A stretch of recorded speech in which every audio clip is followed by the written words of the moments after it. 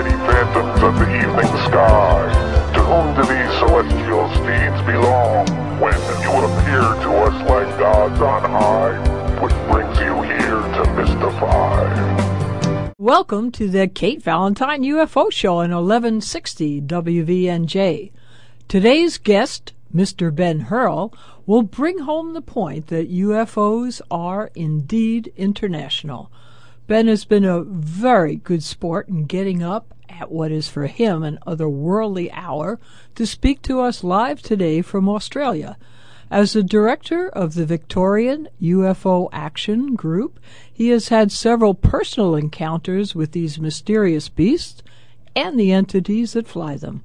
Ben is here to tell us all about that, as well as bringing us all the latest goings-on down in Australia.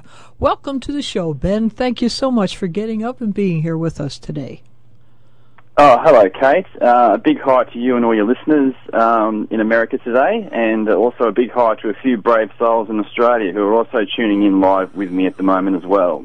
It's great to be here. That's great to hear. Well, I guess as always, the best part to start is right from the beginning. So, how did you get interested in UFOs? It seems from your emails you had some very interesting early personal experiences. Yes, I've always been into UFOs from a very early age, and in fact, the first book I ever bought from school was a UFO book at about the age of 6. 6. So I've had a very much a lifelong interest in it, and I think that also has been connected to the various experiences that I've had personally as well. The first thing I had happen to me was I saw a couple of UFOs when I was living out of town, out in the country. And one night at 2 a.m. in the morning, I went outside and I looked up and I saw coming from the northern horizon to the southern horizon, as fast as you could turn your head, 2 large objects travelling side by side. And they flew silently across the sky, and they were as big as football fields. How old were you then? At that stage, I was about 25. Okay.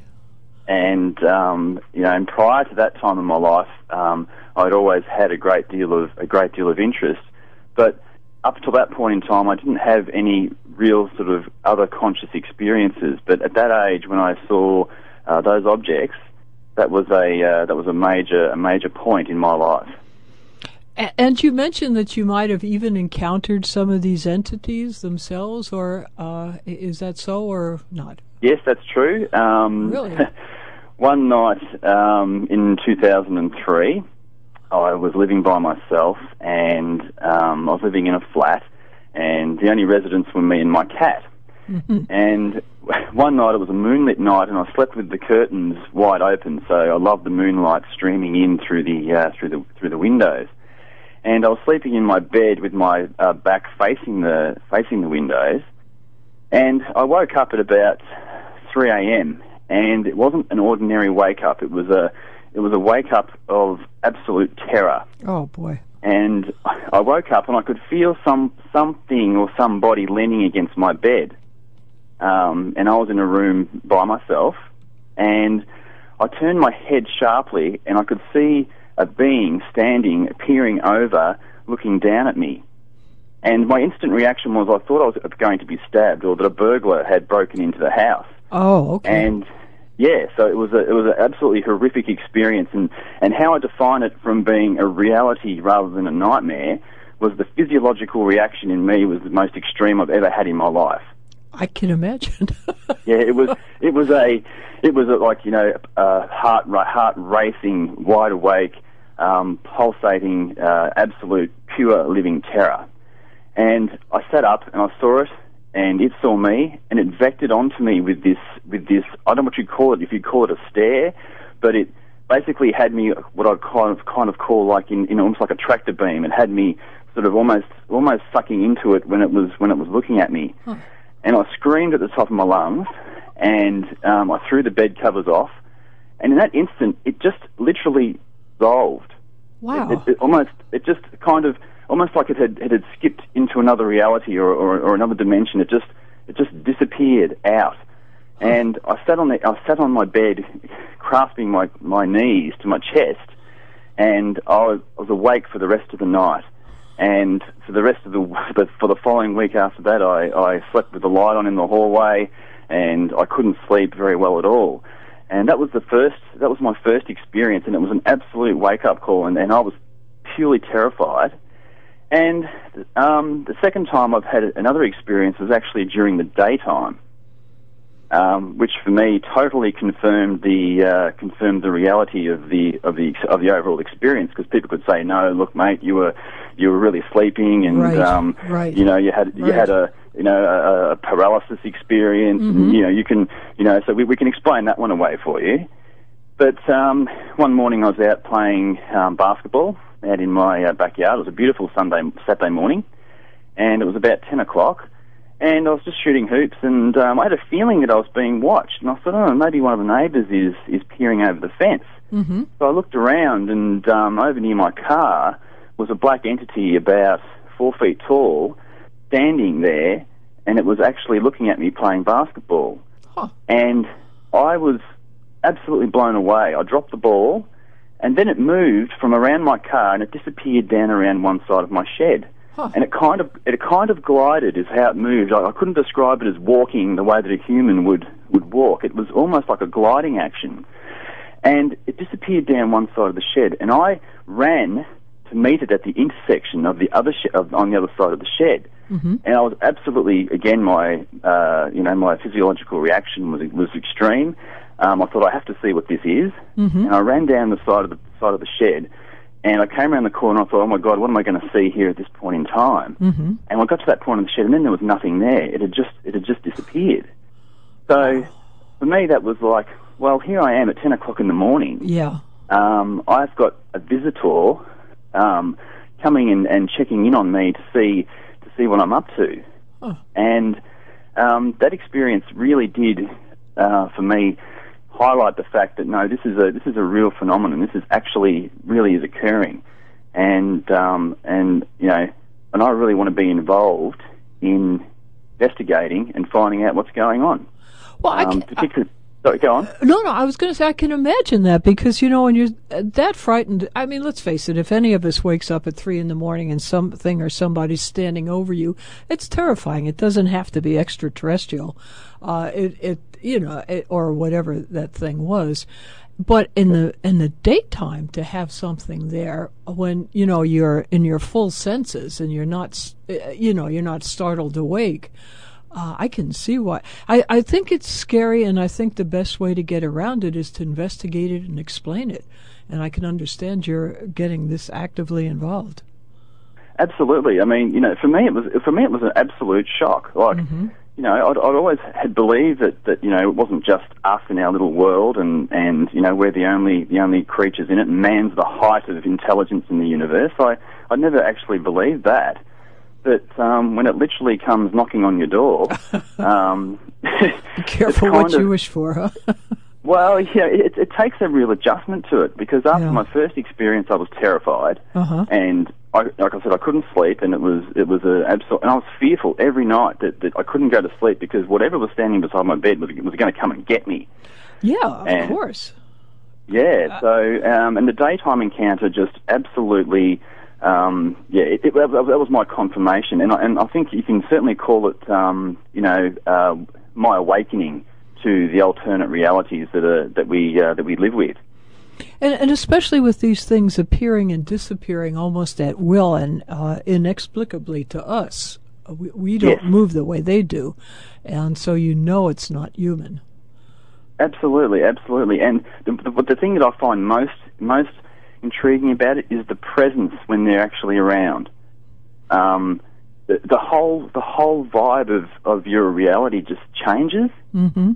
It's sort of hard to explain, but it's kind of like saying the birds go quiet and the trees don't move and all that type of thing is always what I've found as whenever that's happening is that reality just seems to kind of be slightly different.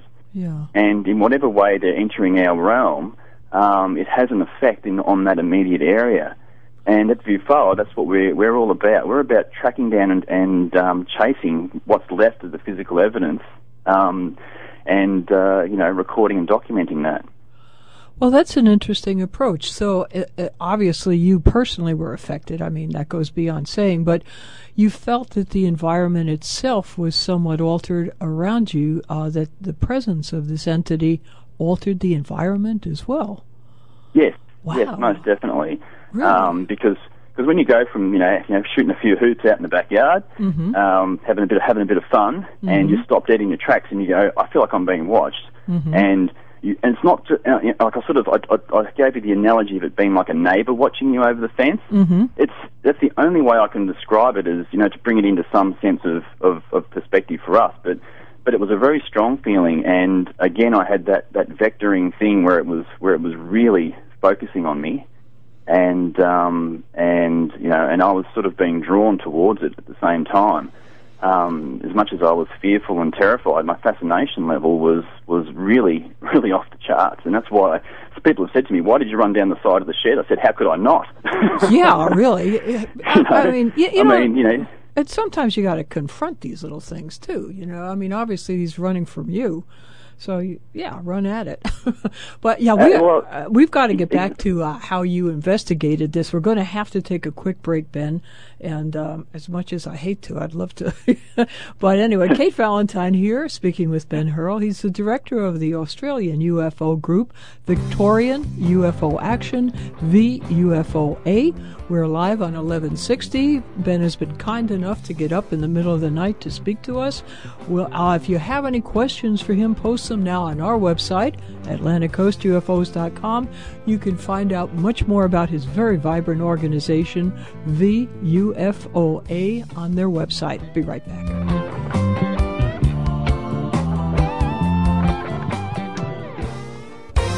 Hi, welcome back to the Kate Valentine UFO Show on 1160 WVNJ. Today's guest is Mr. Ben Hurl, the Australian director of the Victorian UFO group, VUFOA, Victorian UFO Action. This is a relatively young and very active group. To find out more about them, please visit their website, VUFOA. And Ben, is that the best way for them to reach you, through that website? Absolutely, Kate. Absolutely. It's basically our voice, and where we post everything that's going on for us. And it certainly is a interesting site to visit, and there's loads of content on there. And I'd encourage anyone out there who's perhaps in America, everybody's sort of got a lot going on and is very familiar with all the great American cases and that type of thing. But if you're actually interested in worldwide ufology, then I highly recommend that people get out there and have a look at what's going on. It is definitely an international phenomena, and that's why I'm so glad you could make it today. Sometimes each country in itself starts to concentrate on their own sightings, but as you said, it's such a nebulous phenomena, we have to have a wide net to catch these little beasties. And really, we'll get them one day, Ben, don't you worry. But I've got my net ready. Okay. That was really quite an experience, and I'll be perfectly honest, I don't envy you. I don't mind. I don't mind the sightings, but the entities, they can stay home as far as I'm wherever that home is. What I've noticed is they can really freak you out. Okay. And not only that, it'll always happen when you are least expecting it. Yes, and almost that's always the guarantee. And almost always when you're alone. I think that's the other scary thing.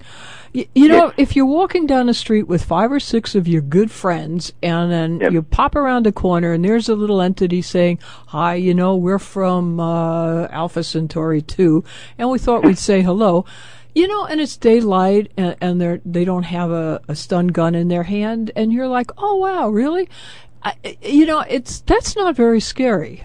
But no. About 3 a.m. to wake up and see something staring down at you, that's very frightening. It is, and the first thing that goes through your mind is burglar, someone's broken in, my life's in mortal danger, and then when you realise that it's not actually a burglar standing there having a look at you, that freaks you out on a completely whole new level. Especially if you're interested in UFOs and you've read some of the more interesting abduction experiences. Absolutely. Absolutely. Well, I was very fortunate to get the opportunity to have a regression with Mary Rodwell. Oh, really? Really? Yeah, she came down to Melbourne and she was kind enough to take me through the process, and it was quite a process, and I must say how caring she was and how trusting I was of her. She was absolutely incredible. And, I'd encourage anyone out there who's had these experiences and doesn't really know what to do or is afraid to do something about it, if you contact the right people, then a great weight can be lifted off your shoulders. Well, we had Kathy Martin on, and she and Denise Stoner have started to make just surveys of various abduction experiences, and I think that's going to be helpful too. It sort of brings these scary things down on a reality basis. We had an interesting question that came in from Dale. He was wondering if they communicated with you, and if so, how and what, if they told you anything when this beast was sort of staring at you. When it was staring at me, there wasn't actually what I would call communication. Mm-hmm. I felt like I actually felt like I was being scanned. Okay. That's when I talk about that vectoring that was occurring and kind of like being sort of caught in a tractor beam. Mm-hmm. I felt like its gaze was actually scanning my entire being, and not just up and down my legs and toes and the outer extremities. It was actually staring me into the core. Well, and it particularly terrified me. Well, yeah, because then that sort of reduces you to just an object of investigation. So you decided to really be proactive about this and get interested in studying these things. And how did you go about joining up with these UFO groups? Because last week Byron had written in and said that he lives in New York City. He hadn't found a mutual UFO network or any type of group in this area. So people really have to go on the internet and find these things, Byron, and I'm sure you'll find something close by. But how did you, I know Australia is a very large country, obviously, but, it also has fairly large distances between cities, if I'm not mistaken. So how did you go about this? Well, Australia is a very unique place. It's as large as the continental USA, but it only has a population of about 22 million people. Oh, is that? Yeah, so we're very sparsely populated, and we're centred around our capital cities, is where most of us live, because a lot of it's actually relatively desolate. Mm-hmm. But you're right about being able to find a UFO group can be a difficult process, and you're not likely to see an ad on TV, B, you may see an ad in the newspaper if you're lucky, and C, the internet is basically the home of ufology. So for me, when I first got interested in it, the actual very first group that I joined was actually MUFON. Really? And yes, because I'd heard of the organisation, obviously, and I thought, no, I'll join MUFON, so I paid my membership up. But for someone living in Australia, there's not really a lot you can do. It's kind of like looking in the window at all the action. So I joined up, and I submitted them some of my cartoons, and they were kind enough to publish them in their journal. But I decided that ultimately, for me, I really wanted to be a hands-on person. I wanted to be involved where I could go out and have a look around. So I basically made the trek to Melbourne, and I don't live in Melbourne. I live about 3 hours east of Melbourne. So I drove 3 hours down to Melbourne, and I went to George Simpson's a UFON meeting, the Australian UFO Research Network. He held a meeting down there. And at that meeting, I was fortunate enough to meet Andrew Arnold. And at that time, we sort of basically became pretty much instant buddies. And Andrew, I told him about my cartooning talents, and he got me to create a UFO calendar for him. And I said, look, I want to be an investigator, and he gave me the territory of Eastern Victoria. And if you look at a map of Victoria, it's the pointy end of the state. And I started doing investigations up in this part of the world. And when I went to my very first UFO meeting, and I say this to any listeners out there, I thought, who the hell am I going to meet at a UFO meeting? I had no idea. Mm-hmm. But every soul in that room was a perfectly normal, well-adjusted person. It's always a surprise. This is Kate Valentine. I'm speaking to Ben Hurl. We're on 1160 WVNJ. I think that always surprises people that it is such, and it's not just that people are normal. It's such a wide swath through the community. You get people from all walks of life. Just everybody seems interested in this. Some people interested enough to join groups, though. Yes, that's correct. And even in Australia, that's still a fairly much a minority of people.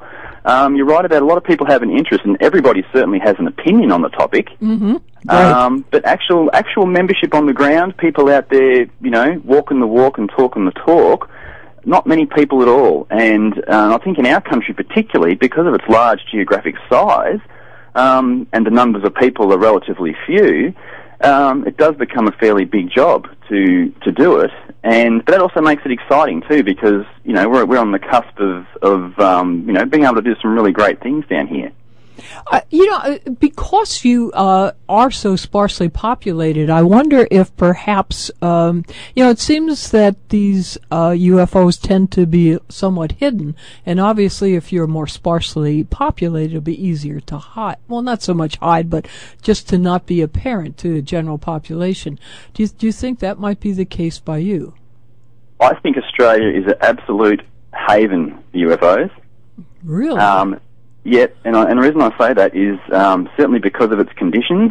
Mm-hmm. It is a fairly sparsely populated place, and they can relatively move around this country. And we don't have the military infrastructure of the United States either. Like a bug can't fly across the USA without NORAD knowing that it's there. So we down here aren't quite at that level. So for them to be in our hemisphere down here following their own agendas, Australia is a very fertile place for it, both from a fauna point of view, the plants and animals, humans, natural resources down here.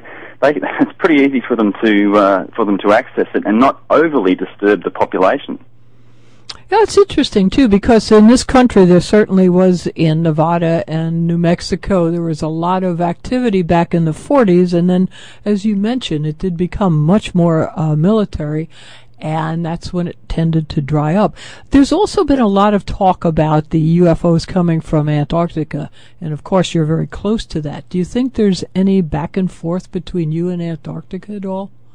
I would say most certainly. Really? The closest place to Antarctica is, well, not the closest geographically, but our closest place is Tasmania. Mm-hmm. And the Tasmanian Investigation UFO Service down there, they have lots of cases that occur down in Tasmania. And I find that keeping an eye on Tasmanian happenings and cases certainly indicates that when you get down into the deep southern oceans down there, there certainly is things going on down there. What they're doing down there, I can't tell you that, but certainly as it being a base or a location where they can operate from, or even if they're coming from under the oceans, then basically it's their playground down there. That's well, we're going to take another quick break, but I do want to ask you about some of the more interesting cases in Australia, and the fact that you have started a TV program, and the fact that you're also quite a very amusing cartoonist. They're excellent. I have to recommend them. But we'll be right back. This is Kate Valentine, and I'm speaking with Ben Hurl. He's the director of the Australian UFO group, Victorian UFO Action. That's VUFOA. We're on 1160 WVNJ. We'd love to hear your comments and questions. You can post them now on our website, AtlanticCoastUFOs.com. After the show, for much more information about this relatively new organization and a very interesting one, go to their website, VUFOA. We'll be right back.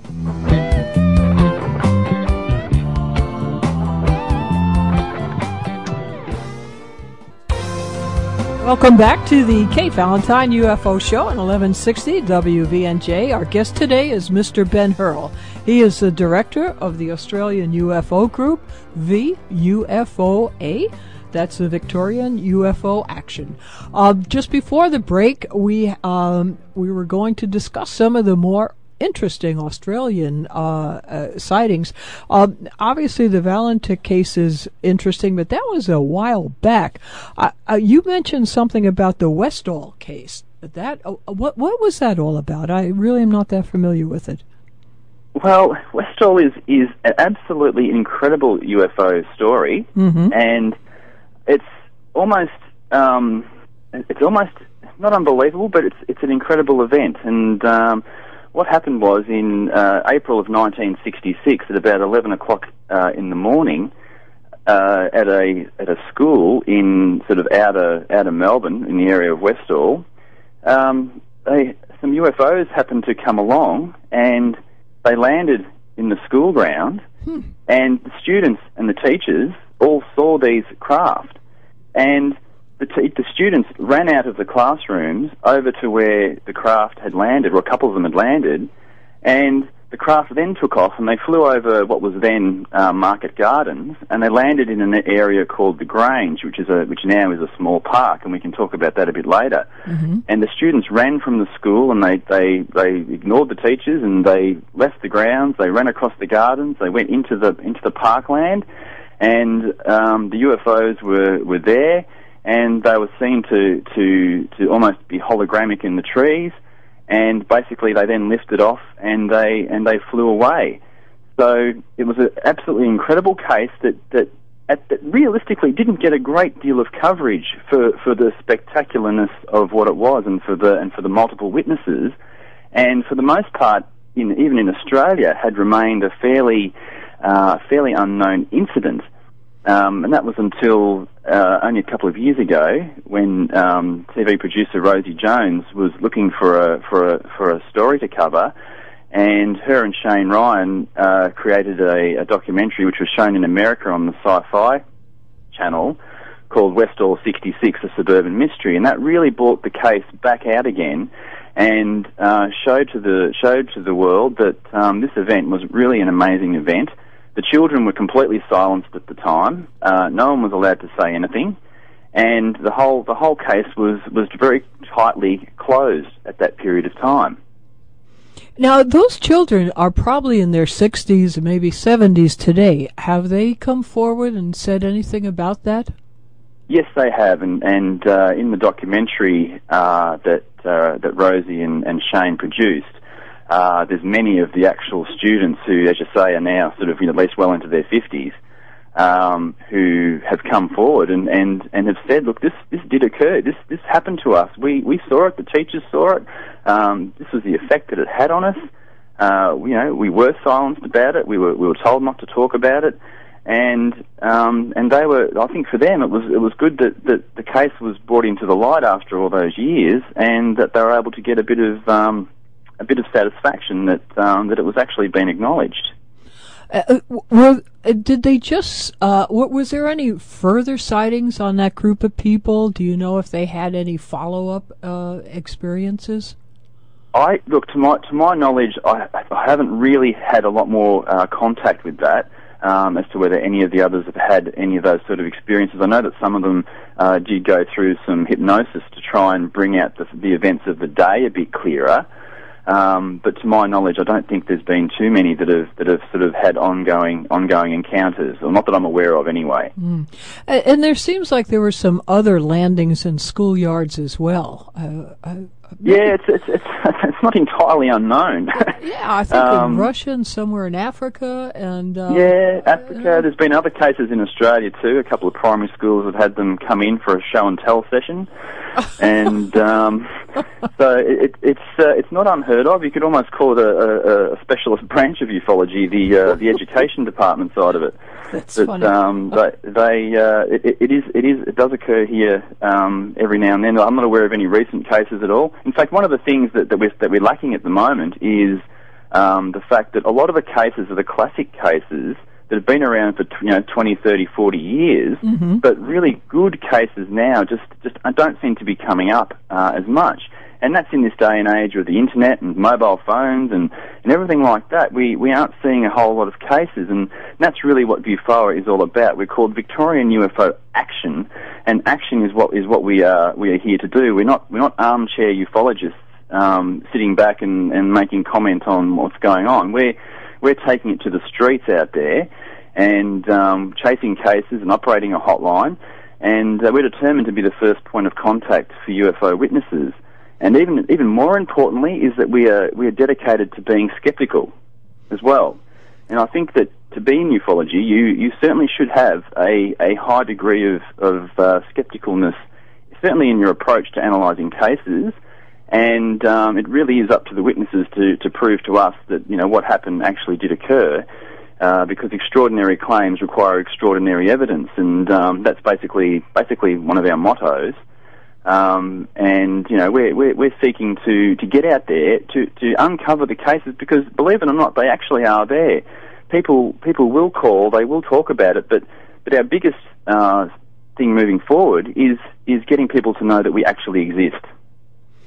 Well, and yet you did have one incident recently with the Alban Vale incident. That sounded quite promising, and that was recent. Yeah, that was a very recent incident, and in fact it occurred on the 11th of August last year.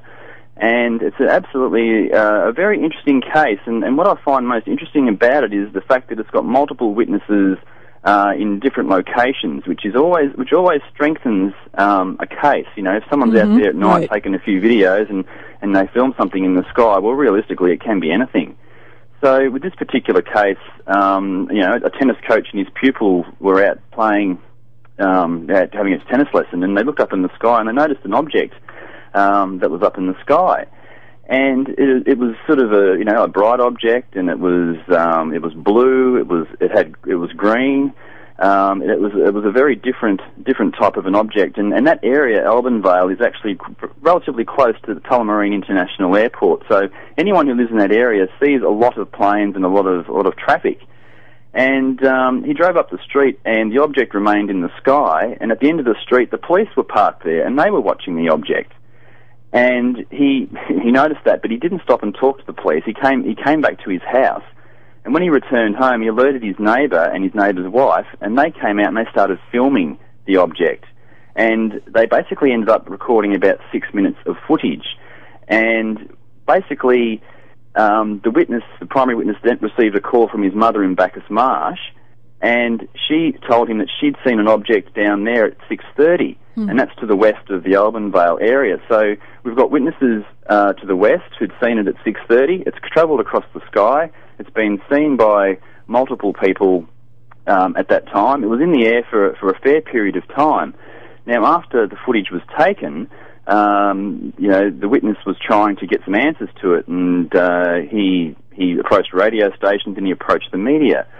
And the Channel 7 over here, the morning program Sunrise, ran an interview with the witness, and basically it received national attention across the TV channels, and the media only actually got about 20 seconds or so of the footage, and they use it fairly sparingly, and overall they sort of give it a bit of a giggle factor the way they cover these events. So, but with the 6 minutes of footage that we've got, we've been kind enough to have that given to us.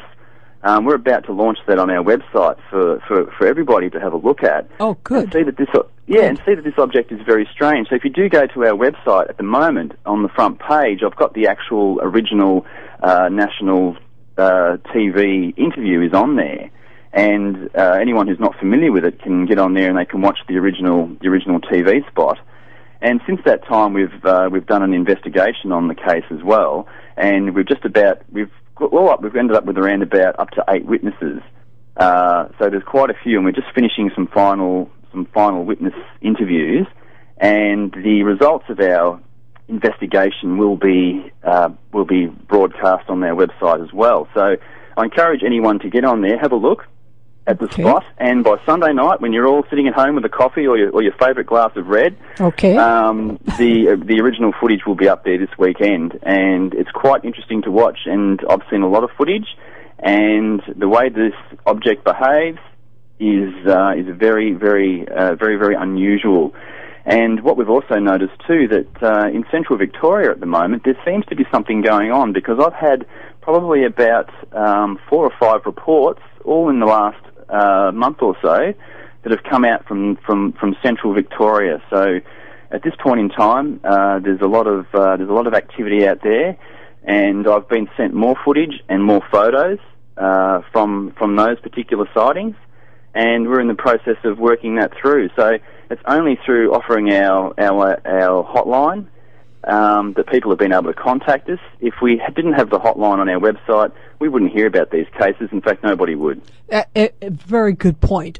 This is Kate Valentine. I'm speaking with Ben Hurl. He's the director of the Australian UFO group, Victorian UFO Action, and that's how you go to the website, VUFOA. And also, Ben, we had a very nice comment from Courtney. Thank you, Courtney. She said it was an interesting point that you made about UFOs not being able to fly over the U.S. without being seen. She felt that could explain quite a lot, and she would like to spend some time in Tasmania, as would I. But have to hit the lottery first. Tasmania is one of the most beautiful places on the planet, and it is well worth a 13-hour flight to Sydney. And then another hour flight down there to get there. Okay, well, to get to another point, Dale wrote in and asked when we can all watch the TV show episodes on your website. So now that's fascinating. Your group has actually made a UFOnaut, I guess you pronounce it, Australia TV program. How is that going? Are you able to get it off the ground? Really? Good. Yeah, I'll be able to give you some information. I just want to close on the Alban incident by saying that I'd be interested to hear from anyone in America who's seen something similar. If they've seen an object like this in the footage, I would like them to know, and I'd like them to contact me via the website. And I'd also like to know if anyone in America can recommend a video analyst who might be prepared to have a look at the footage for us. We've been struggling in Australia to find somebody. And if there's anyone out there listening who has a skill or a talent or knows someone who can do it, I'd be most interested to hear from them, and I can be reached by email, which is BENH, BENH, at VUFOA.com. Well, I'm sure you're familiar with the work of Bruce Maccabee, but I'm not sure if he's still doing analysis, but he's quite good at it. Yes. So we'd encourage anyone. But to get back to our TV channel. Mm-hmm. Originally, when Andrew first started, he was doing UFOnaut Australia, and he was making hour-long episodes, and it was becoming a fairly big task to produce hour-long episodes every month, and we found that ultimately it was probably a little unworkable for us given our time and our resources. So what we've decided to do is we've decided to make that a lot smaller, and we've reduced it down to interviews that we've done, and we'll also be doing various case files that we do as well, such as the Alban Vale incident.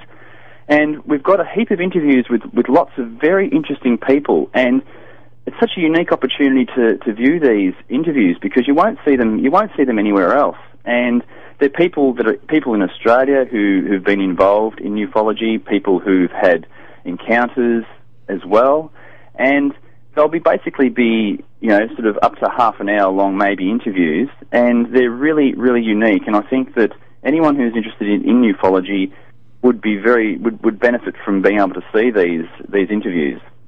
Well, you bring up, I think, two of the most important problems in ufology is, one, no central spot that everybody's familiar with where they can report it, although people interested in UFOs are certainly interested in, are aware of MUFON or Mutual UFO Network or even NUFORC in this country. But, your average person that has a sighting and has had no prior experience really doesn't know where to go. So that's great that you're on TV. That'll give you huge exposure. And secondly, and most importantly is the infamous giggle factor, where you almost have to make an excuse. Yes, I saw a UFO, followed by, no, I am not crazy. That's true. Like you see a lot of unusual things, but this is the only thing you have to explain away. So it's annoying, really. Oh, absolutely. It's fully annoying. And what we're really aiming to do also, Kate, is we want to educate people, not just on UFOs. I really, really passionately believe that the more we educate the public on what is actually up in the sky, they'll become less likely to report those things that actually aren't UFOs and ultimately wasting our time. Oh. Because most people, let's face it, don't look up. Most people look down. They stare at the ground all the time. Mm-hmm. And, advertisers should have picked up on that a long time ago, put all signs on the ground, because that's where everybody looks. And true. Once you actually start looking up into the sky, you will see all sorts of things up there. And what we're aiming to do on our website also is to post videos of known phenomena. Very good. Pictures of Venus, pictures of Jupiter, pictures of the International Space Station, which you can set your watch by as it lazily rolls across the sky. Meteors, flock of birds, all those types of things. We want to get those stuff onto our site, so when people visit our site, they're not just seeing all the fabulous stuff about the unknown. They're going to be educated on, oh, look, that really was a plane, or no, it was a flock of birds, or maybe even it was swamp gas. Okay, well, unfortunately, I have to take another quick break. Kate Valentine here. I'm speaking with Ben Hurl. We're on 1160 WVNJ. Ben's the Australian director of the Victorian UFO Action Group. That's VUFOA. Great website. Go to it. You'll get a lot of information. And as Ben has just said, a lot of if you're a budding UFO investigator, a lot of information that would be very important to you. If you have any questions for Ben right now, post them on our website, AtlanticCoastUFOs.com. We'll be right back.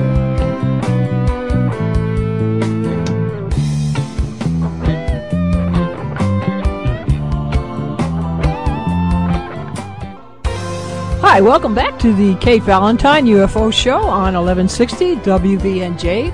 I'm speaking today to Mr. Ben Hurl. He is the director of the Victorian UFO Action Group. That's VUFOA. You can access their website readily. Tons of great stuff there. If you have questions for Ben, you can post them on our website right now, AtlanticCoastUFOs.com. Ben, we had a very interesting question that came in from Will. He said, when investigating a UFO incident, what type of conclusive evidence do you first hope to find? Very good question. It's excellent. I know what I'd like to find would be, a photograph of myself shaking hands with an alien, but I don't think I'm going to be getting that one. But what do you look for on these things? What do you go out looking? What do you hope to find? Look, the holy grail for us, outside of what you were just talking about with entities appearing on your doorstep, is certainly trace cases.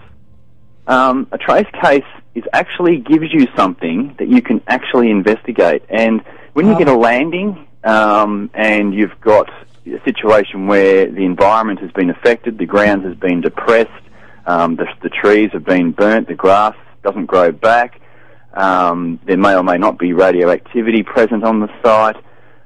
When you've got that, that's something that nobody can really particularly argue with, because it's as plain as the nose on your face. And that, for us, I think, is really what we're looking for. And I've had plenty of instances where people have said to me, back in 85, something landed in the paddock and the grass hasn't grown back. And I said, can I come and have a look at it? And he goes, we plowed it in for the corn. So that does occur out there, and certainly among the farming communities that are out there. I'm really trying to tap into that area as well, because that's where a lot of them are landing. They're landing out in the rural areas. And, so for us, that's really what we're trying to find. But for example, when someone sends you in a video footage of a UFO, that's only an absolute small part of the actual investigation process, because what you really have to do is you really have to meticulously look at the circumstances of the video, what the people were doing beforehand, what brought it to their attention, what was their reactions to it. And the soundtrack is actually even more important than the footage, because the soundtrack is a window as to what was actually going on.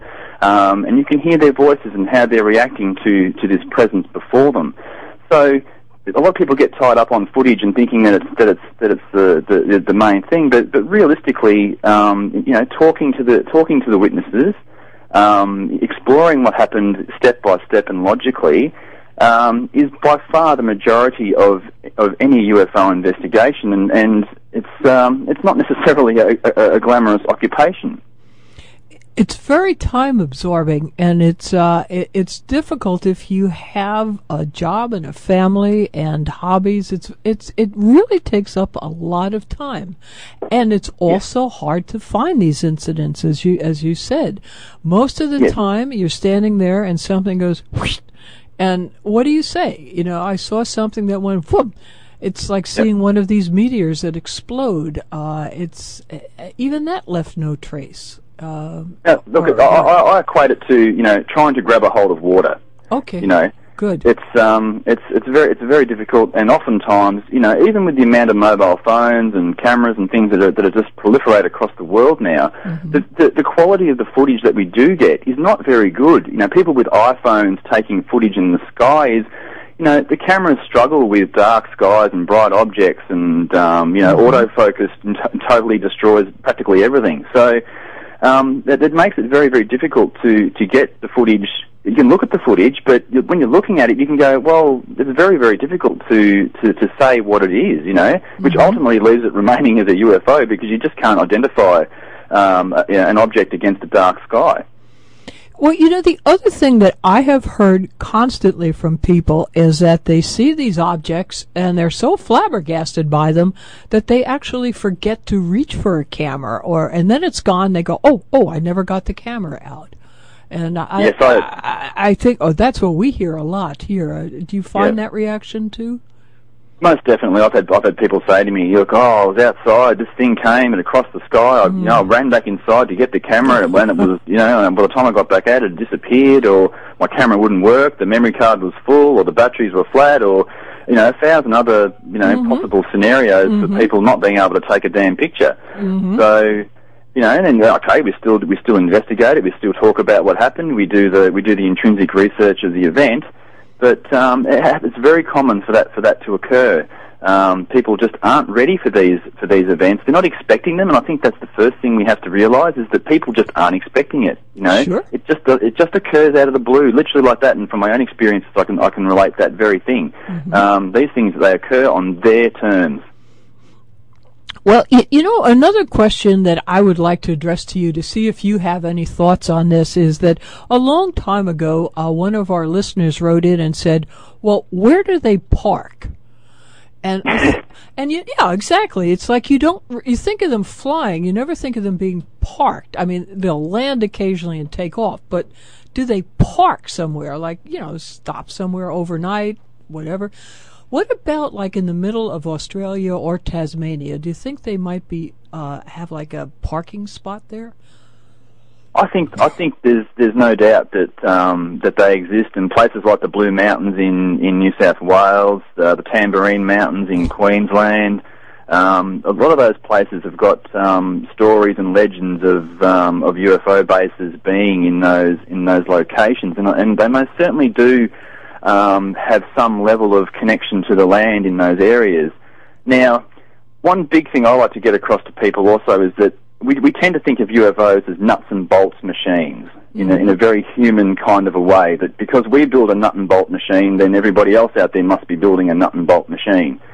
And I think that it's important for people to realise that the technology that we're actually talking about here is way beyond our ability to I think realistically to comprehend its capabilities and to understand ultimately how it works. They don't pull up to the gas pump and pump some unleaded into it. So, all our machines basically require that type of, that's how we work. And humans always travel in straight lines. That's who we are. We go from A to B. We don't usually go from A via B, C, D, D. Like we very much travel very straight lines. And when people report cases to me, I say if it's travelling in a straight line, then it's a very good chance that it actually is a man-made object. Even without looking at it, you can. There's an excellent chance it's the case. But if it does a right-angle turn, or it crosses horizon to horizon in a split second, or it moves in many other kinds of unusual ways, well then, hey, we are talking about something that's technologically way more advanced than what we have, even to the point where our understanding of where they park is a concept that I think perhaps with them isn't necessarily that relevant to what they're doing here. I think that one of my big theories on the whole thing is that it's very much a dimensional thing, and I think that they can appear into our dimension and disappear from our dimension basically at will, and and they may spend extended periods of time in our dimension, which would indicate that they would have to park somewhere.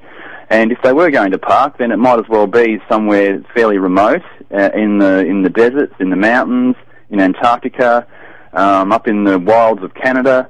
They're the logical places for them to do that. All right, well, that's a good note to end on. Unfortunately, this hour has already come to an end. Ben, it's been wonderful talking to you. Thank you so much for getting up at this crazy hour in Australia. So, thanks, Kate. Oh, you're very welcome. And remember out there, go to Ben's website, VUFO, Victoria UFO Action. We will definitely keep in touch, and we'll definitely watch your website in the future. Thanks, Ben. Thank you. And thanks as always to both Bill, Dave, and their expertise in managing these calls from halfway around the earth. It still amazes me that I can speak in real time to someone in Australia. Thanks as always to our sponsors. Please try to support them. Mostly, as always, thank to you, our listeners on the radio, podcasts, and YouTube. I'll see you next Friday when Thomas Reed will be back with us with some very exciting developments in his case. And until then, remember, keep your eye on that sky. Bye.